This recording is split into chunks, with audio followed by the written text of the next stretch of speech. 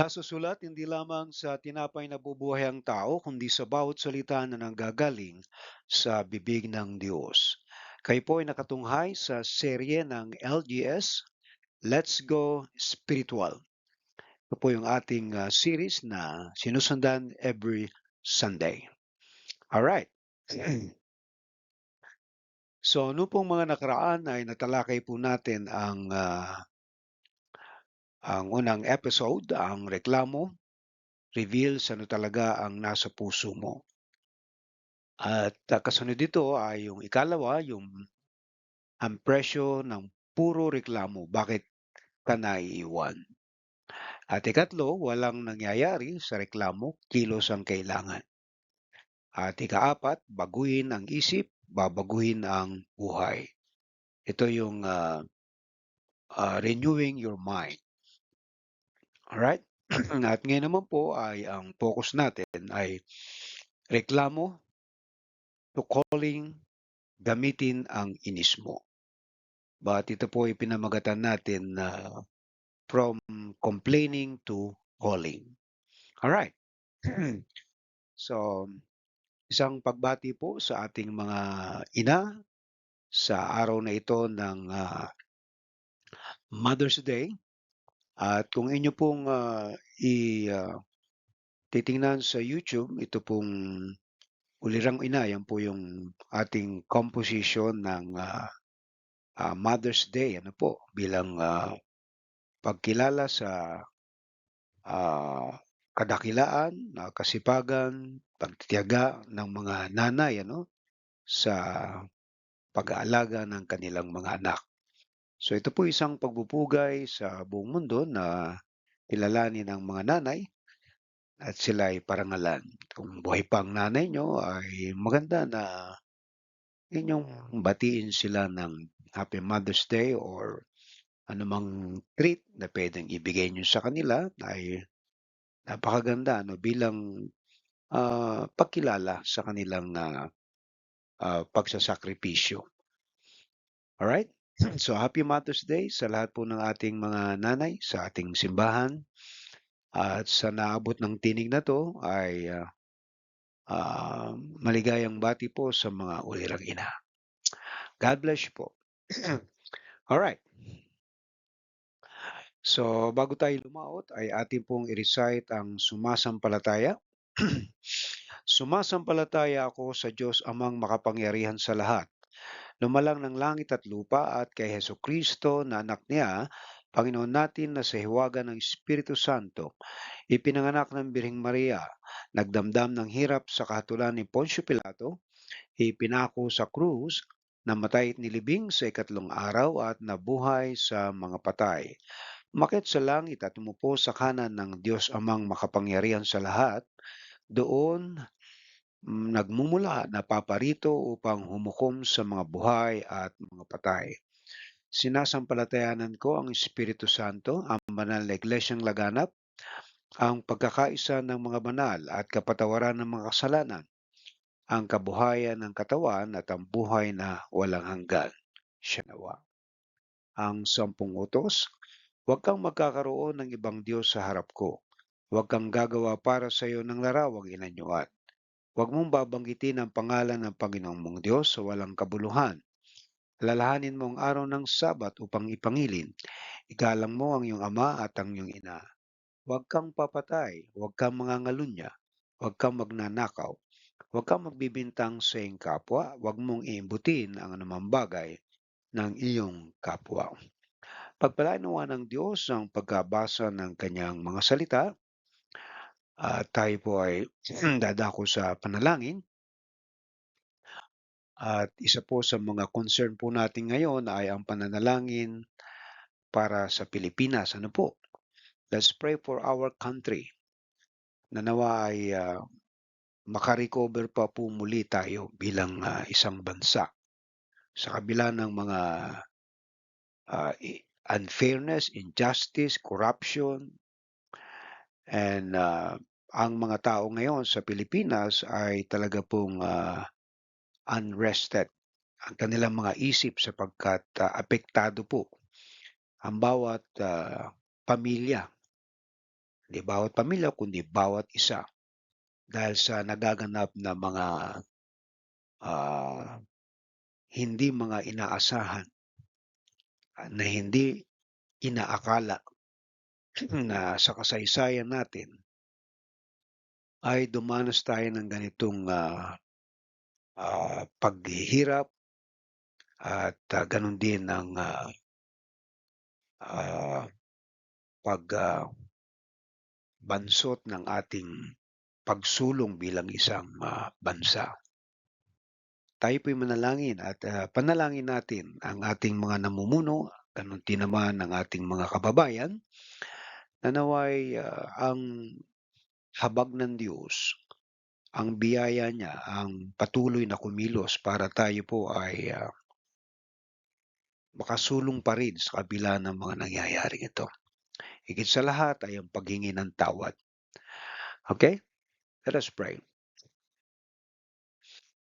Dakilang naming Diyos, kami po ay lumalapit sa iyo sa gabing ito at nananalangin, O Diyos, na humihingi ng awa at tawad para sa aming bansa.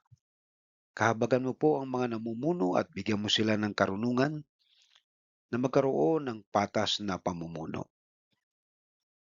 Naway magkaroon ng integridad at ngayon ay lumalabas na ang mga korupsyon at mga, ah, hindi inaasahang bagay na mangyayari. Subalit ang aming dalangin, Panginoon, ang iyong pong awa na tulungan mo po ang aming mga kababayan na magkaroon ng, ah, puso na naghahanap sa iyo at tumatawag sa iyo, humihingi ng habag na i-spare mo pa po ang aming bansa. Kawaan mo po ang aming mga susunod na henerasyon. At ikaw po, Panginoon, ang patuloy na maglinis sa lahat ng, kabulukan, kasamaan na nangyayari ngayon, Panginoon, sa bansang Pilipinas. Aming dalangin, Panginoon, na ang maabot ng tinig na ito ay, iyo pong mapagpala. At kami, Panginoon, ay, hindi nagrereklamo, kundi tinitingnan namin kung anong pwede naming gawin para sa ikabubuti ng aming bansa. At itong pananalangin ang nakita namin, Panginoon, na pinakamahusay na paraan para magkaroon ng pagbabago. Sapagkat merong himala, meron kang kapangyarihan na palitan ng kasaysayan. I-recourse mo ang daloy ng kasaysayan ng aming bansa. Yamang tinawag mo kami para maglingkod sa iyo, Panginoon. Kaya sa gabing ito, Panginoon, aming dalangin, ang kapangyarihan ng iyong banal na Espiritu, nakikilos mula sa pamunuan, mula sa presidente hanggang sa barangay captain at ang mga simbahan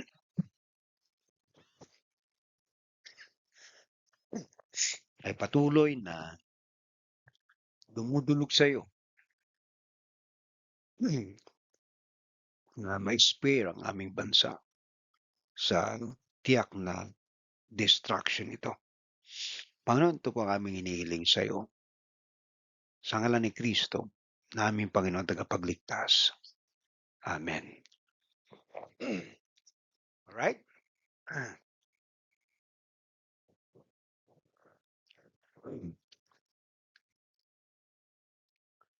Alright. Ito po ang pamagat ng ating, sermon ngayong gabi, Complaining to Calling. Atin po ay matatagpuan po natin sa Mateo chapter 5, verse 14 hanggang 16. Actually, babasahin po natin. Pero pinaka-main, text po natin ay nasa verse 16. Makikita po niyo sa graphics natin ang kalalagayan, ano, yung complaining to calling.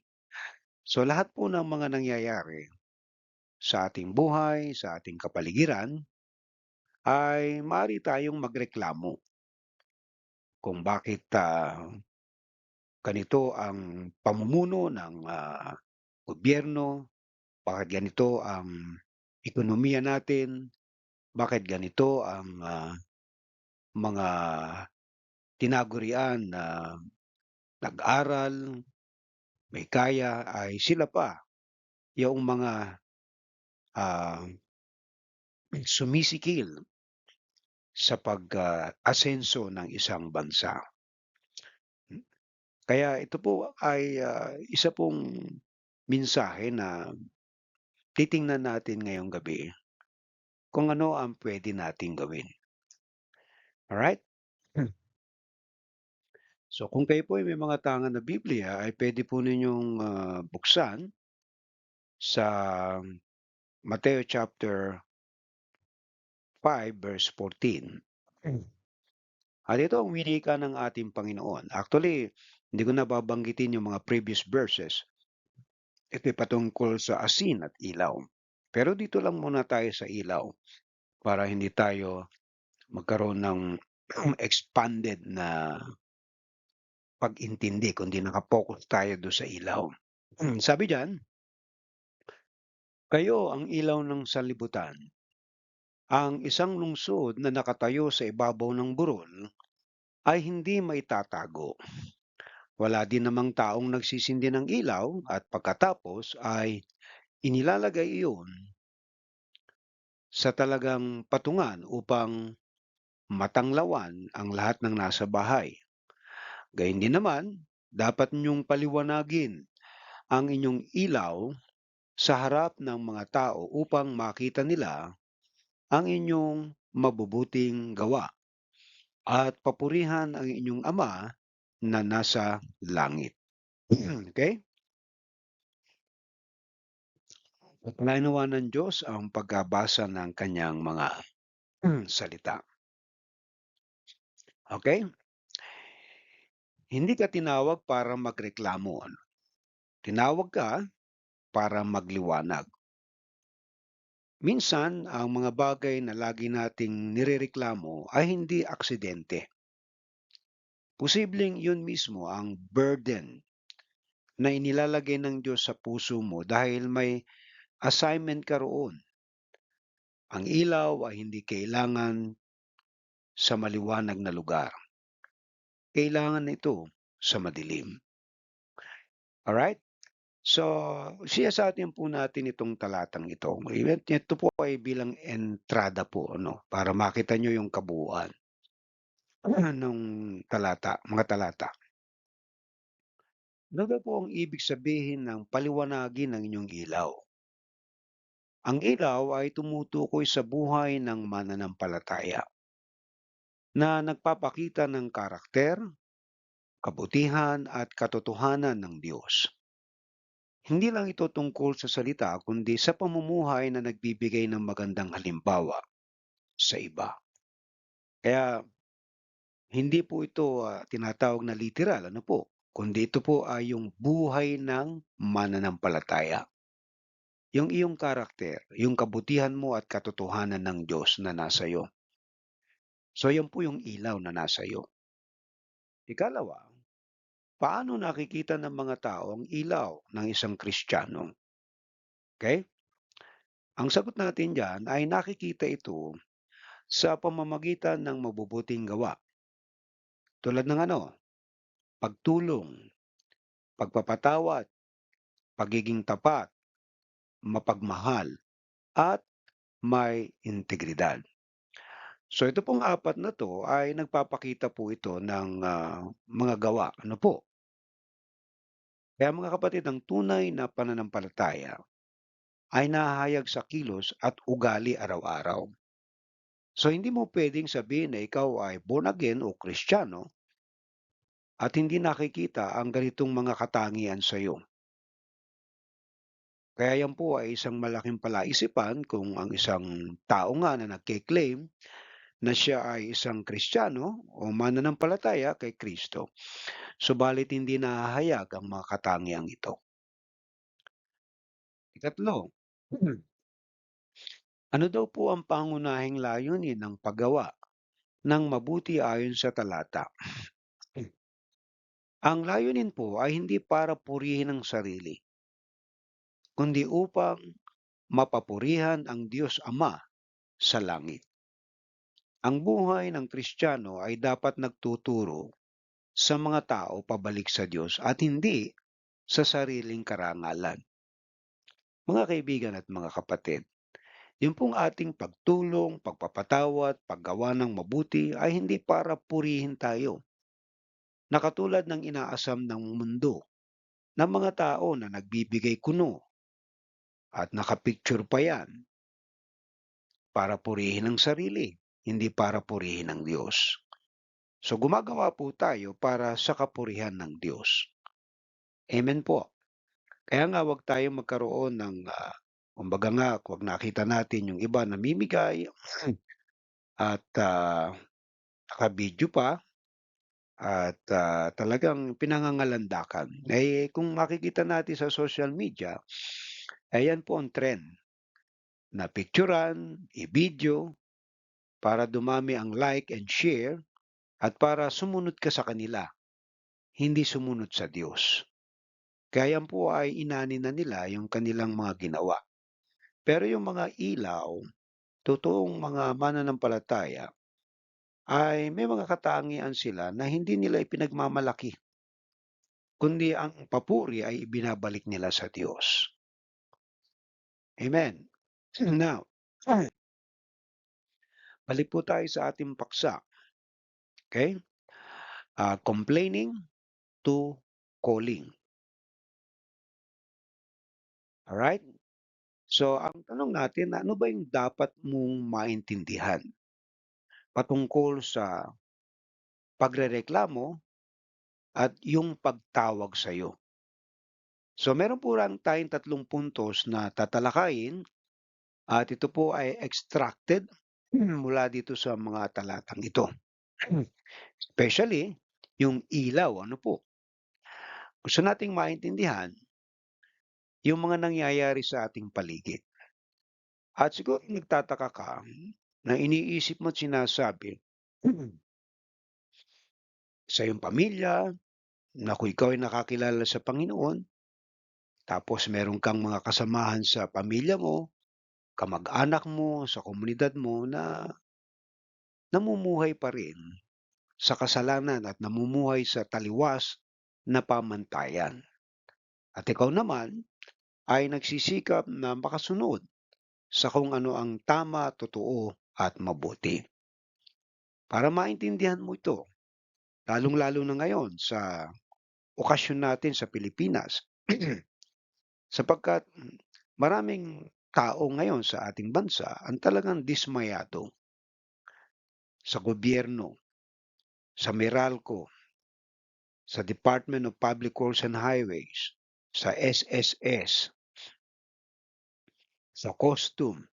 Halos lahat nga po yata ng ating institusyon ay may bahid na ng korupsyon. So ngayon, ano ang maaari nating maintindihan o maaari nating gawin bilang mga mananampalataya? Ano ba ang kakayahan natin? Eh, wala naman tayong magagawa, mga simpleng tao lamang tayo. Pero tandaan natin, yung ilaw ay hindi itinatago sa ilalim ng banga. Ito ay nilalagay lagi do sa madilim na lugar para maliwanagan yung madidilim na lugar. Okay?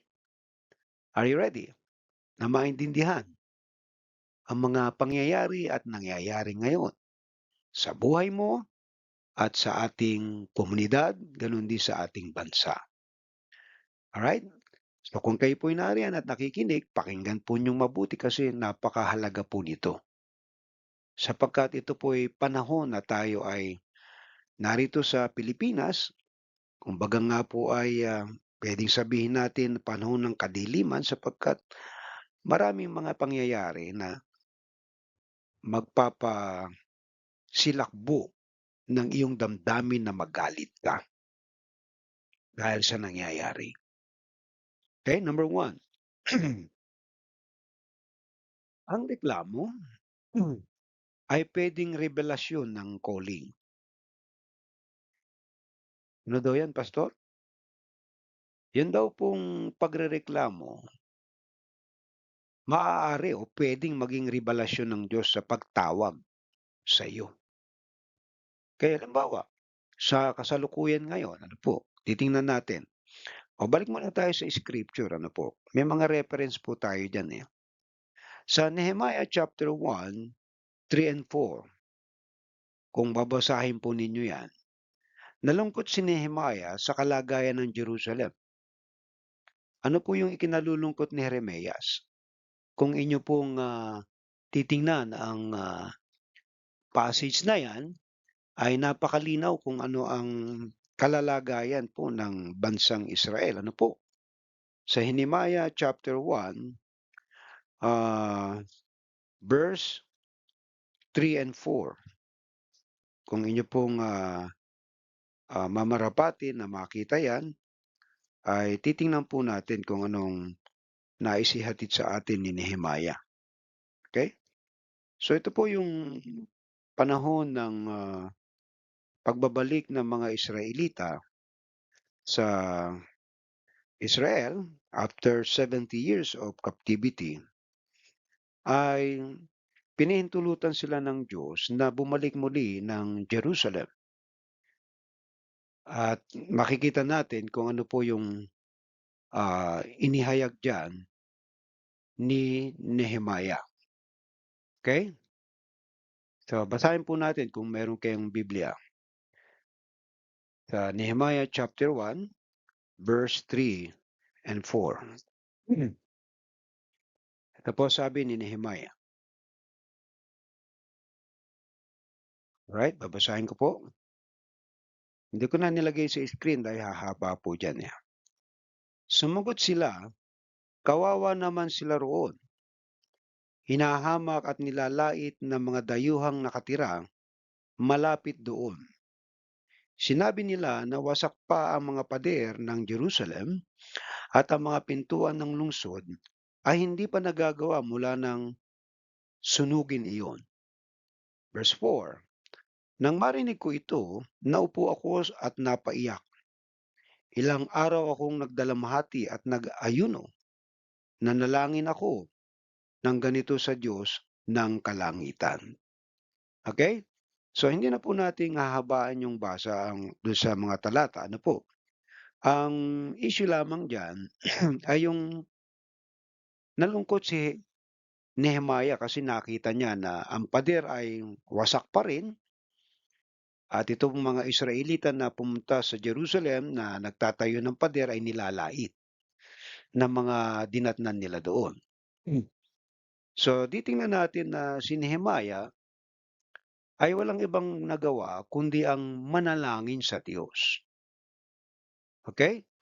So, hindi siya nagreklamo kundi parang isang paraan ito na para siya'y tawagin ng Diyos na manalangin. At makikita din natin sa Exodus chapter 3, verse 7 hanggang 10. So, binibigyan ko po kayo ng mga passage na halimbawa para makita niyo po yung relevance nung ating, puntos na tinatalakay. Ano po? Na yung pagrereklamo ay puwedeng maging calling ng Diyos sa'yo. Okay? Sa Exodus chapter 3 ay makikita po natin ang isang tagpo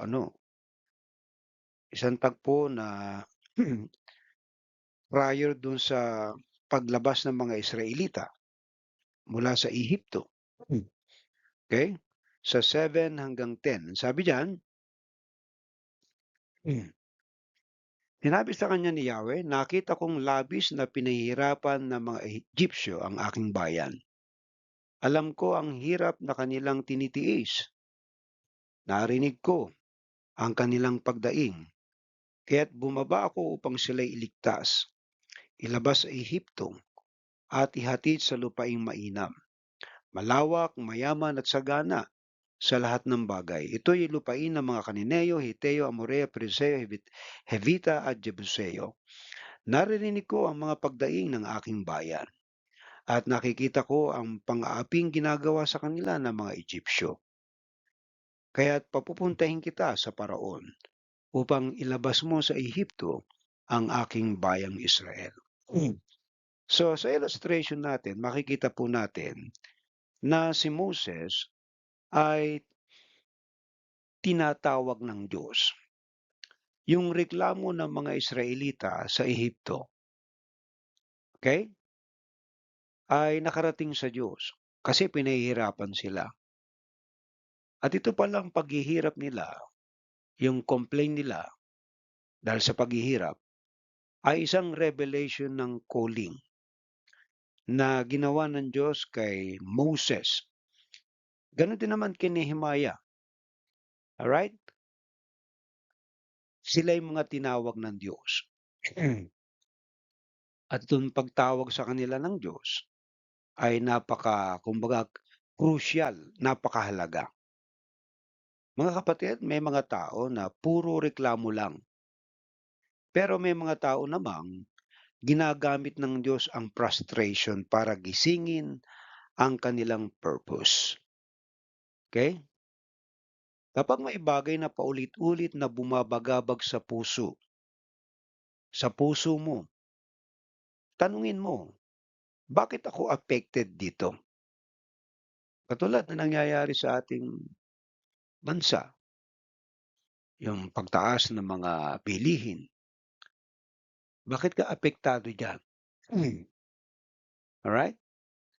Ano yung gustong ipagawa ng Diyos sa akin tungkol dito? So, ngayon parang mahirap unawain, ano? Pero dito ay isang panawagan ito ng Diyos. Kapag nakikita mo ang problema, may nais na ipagawa ang Diyos sa'yo, eh. Isang solusyon na pwede mong gawin. Si Nehemiah na-pray siya nang makita niya yung, mga panglalait, wasakan Jerusalem. So, tumawag siya sa Diyos, nanalangin siya.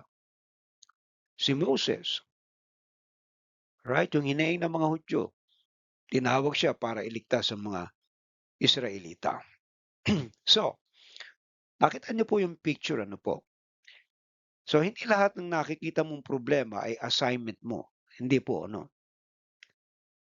Kasi hindi naman tayo puwedeng maging, presidente ng Pilipinas para palitan si BBM.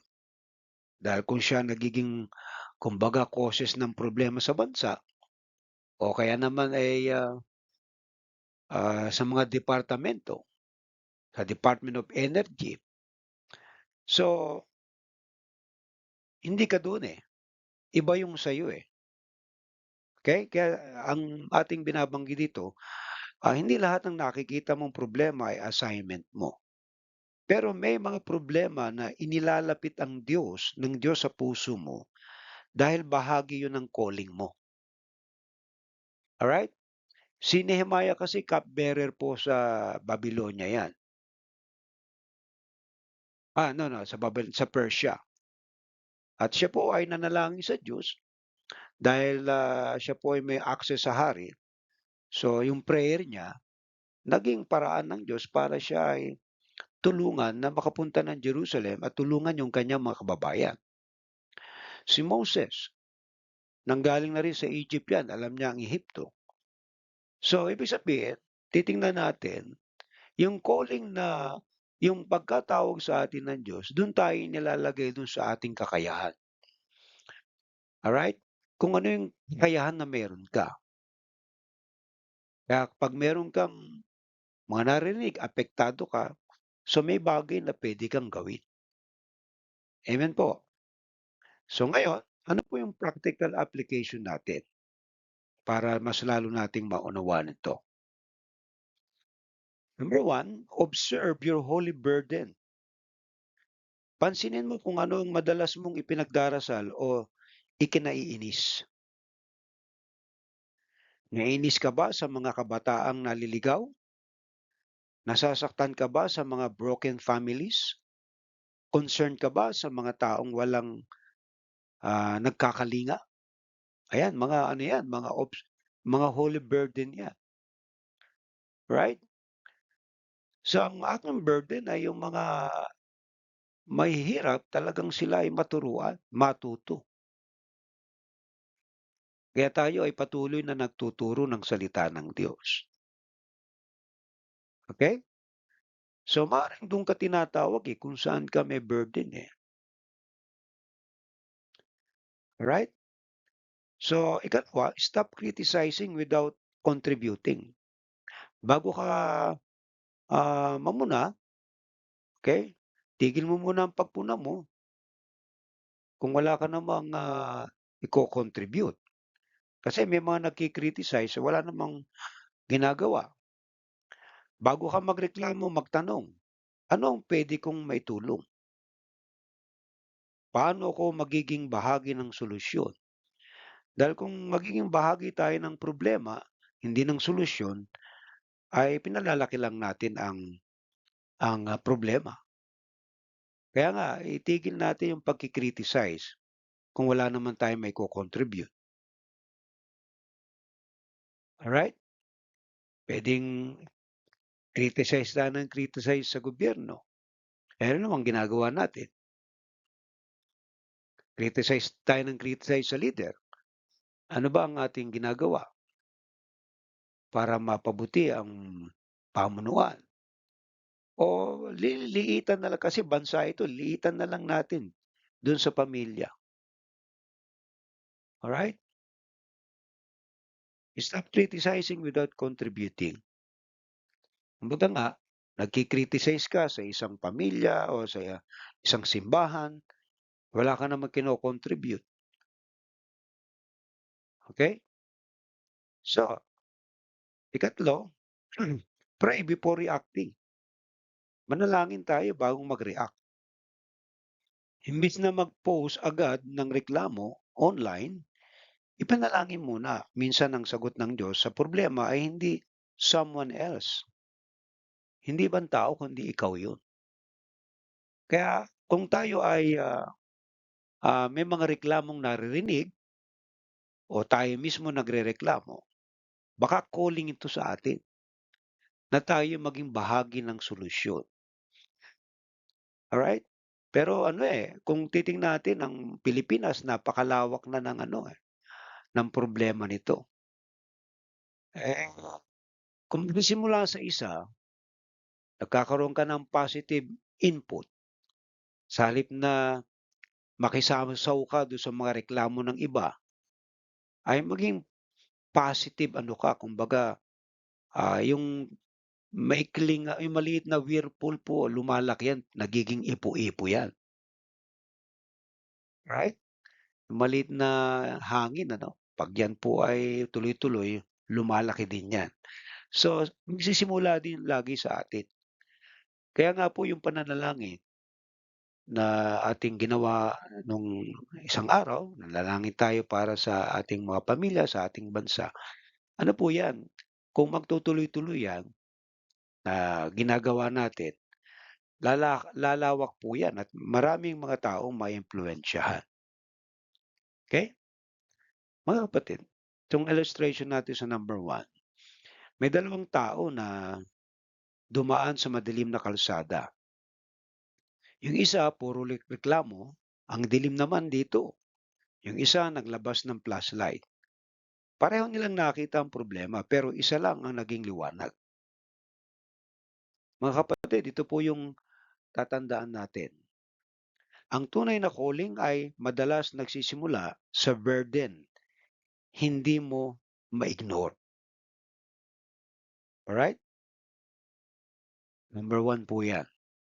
Kung may burden ka sa mga tao nangangailangan, baka ikaw ang liwanag dyan.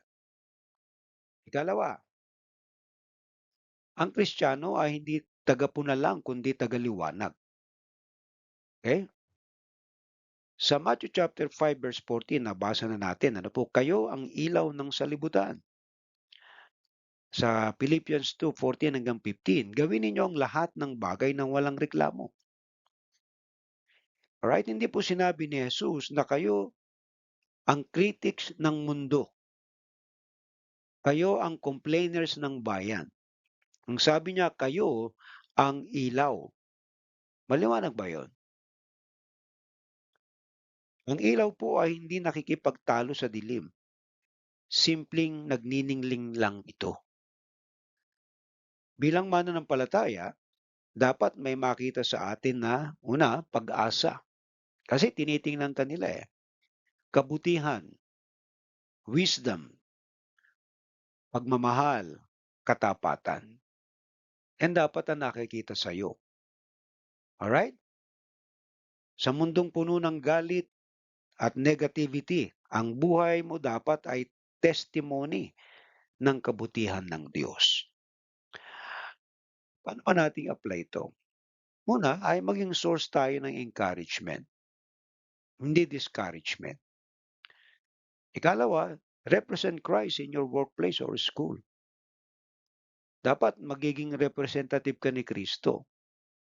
At ikatlo, shine through small act. Yung magliwanag ka.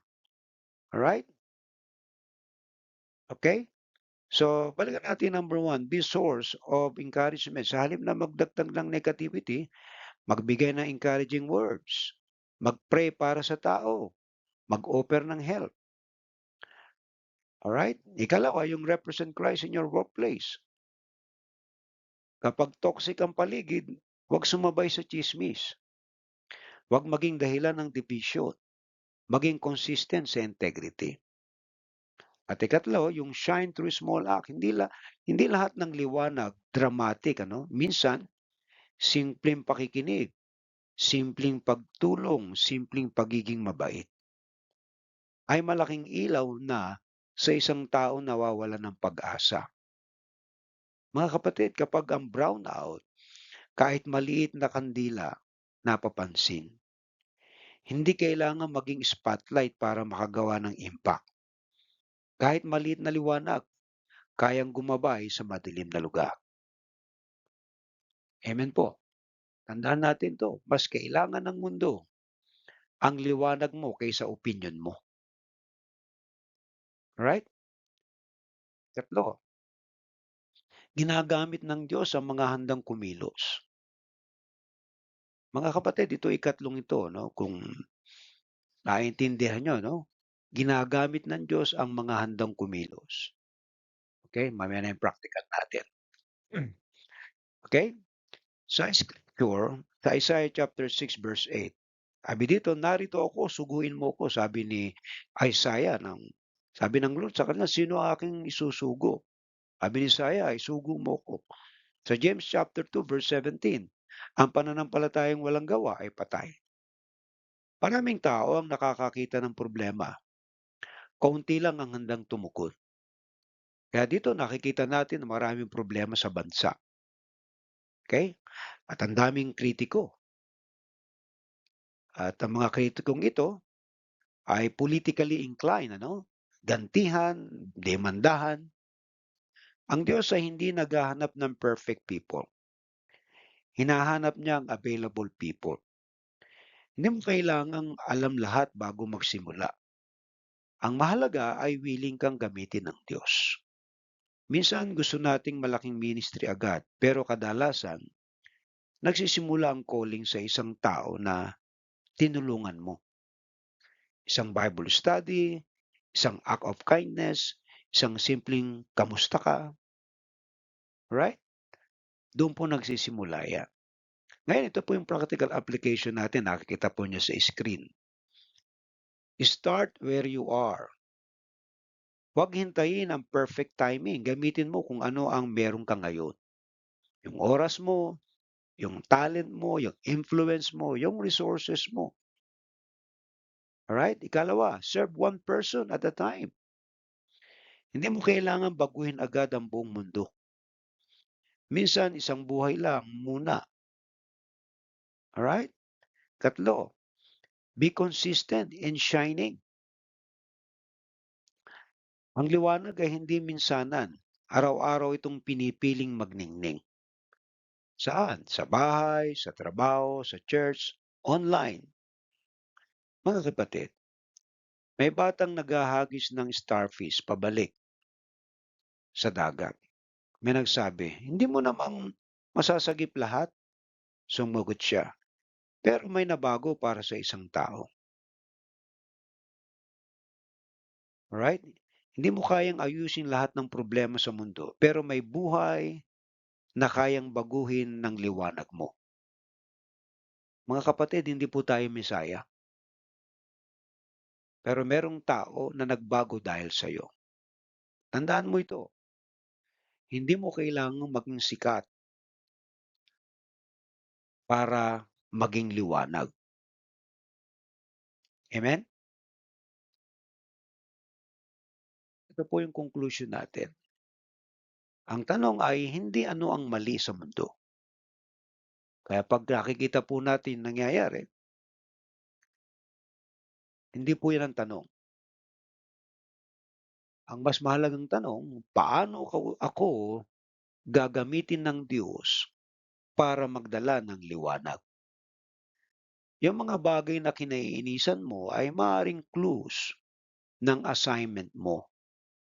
Wag lang maging tagareklamo, maging tagapagliwanag din. Amen po. Mga kapatid, kapag may nakikita kang may sakit, brokenness, confusion, kadiliman, baka hindi aksidente na nandiyan ka. Baka ikaw ang ilaw na ipinadala ng Diyos. Amen po. Final challenge po natin this week, humanap ng isang bagay na madalas mong ireklamo. Tapos ipag-pray mo ito. Pagkatapos, gumawa ka pa ng isang konkretong hakbang para maging bahagi ng solusyon. Imbes na magdagdag ng dilim, magsindi ka ng ilaw. Sana'y meron po tayo napulot na mga aral at magamit natin sa ating buhay. At pagpalain kayo ng Panginoon at nawa ay pwede nyo itong i-like and share. Kung kayo po ay napagpala, ay pwede po tayong magbigay ng ating mga kaloob na kakero po sa ating kapatid na Merlinda. Alright? So, tayo po'y manalangin at pagpasalamat natin sa Diyos ang ating mga kaloob. At ito nga palang ating ka-third Sunday. Ano po? Dahil meron po tayong 5 Sunday this May, ay yung ating pong third Sunday magiging fourth Sunday. Yung ating face-to-face worship service. At kasama na rin po yung ating orientation sa ating mga scholars. Kung kayo po ay willing pa rin kumuha o mag-avail ng ating scholarship program, ay inaanyayahan ko kayong dumalo. Ano po? On the fourth Sunday ng May para sa worship service at ganoon din sa ating orientation at kasama na po natin yung ating Lord's Supper dito sa ika-fourth Sunday po natin. Okay?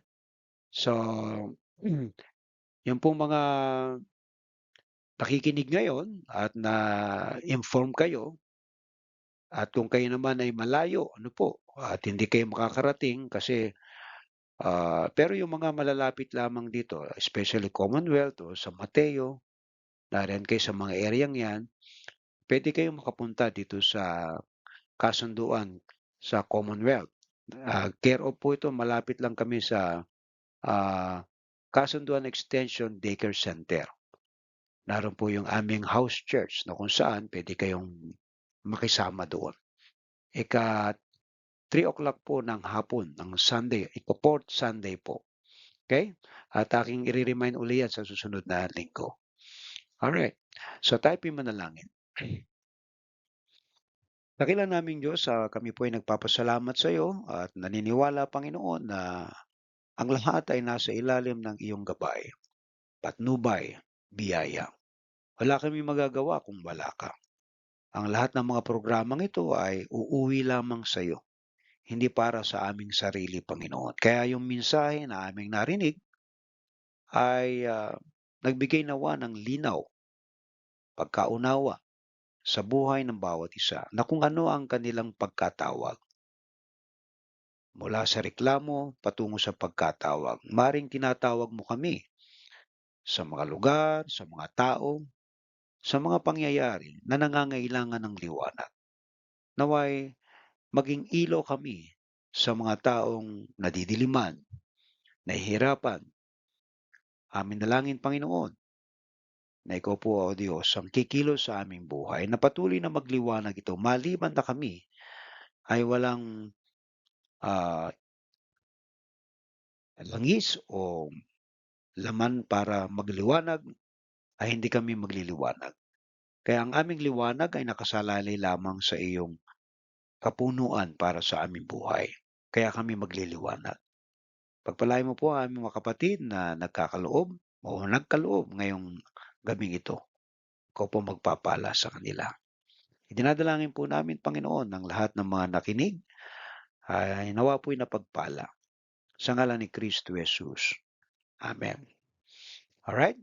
At additional ano po natin, information, yung pong mga nasa outside po ng Quezon City o sabihin natin ng Commonwealth, maaaring nasa ibang lugar kayo.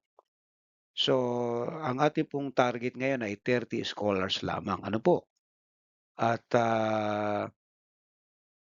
ang mangyayari nito, yung mga nasa outside po ng Commonwealth, you will be the secondary, ano po, na kung yung sa Commonwealth hindi po yan mapupuno, ay kayo po yung papalit sa kanila na mapapasama. Provided na meron po tayong patakaran pagdating po sa scholarship. Alright? So, hindi naman po napakahirap. Simple lang. Pero napakahirap sa iba na makasunod. Okay? So, pangwakas na panalangin po natin at benediction, awitin po natin ating doxology. Praise God from whom all blessings flow. Praise Him, all creatures here below. Praise Him above, ye heavenly hosts. Praise Father, Son, and Holy Ghost. Amen. Pagpalain ka nawa't ingatan ni Yahweh, kahabagan ka nawa't subaybayan ni Yahweh, lingapin ka nawa at bigyan ng kapayapaan ni Yahweh. Tatlo pong amen. Amen. Amen. Amen. Alright, magandang gabi sa inyo lahat. Mayo kayong mapayapa at ihanda ng Diyos sa kinabukasan. We'll see you again on next Sunday.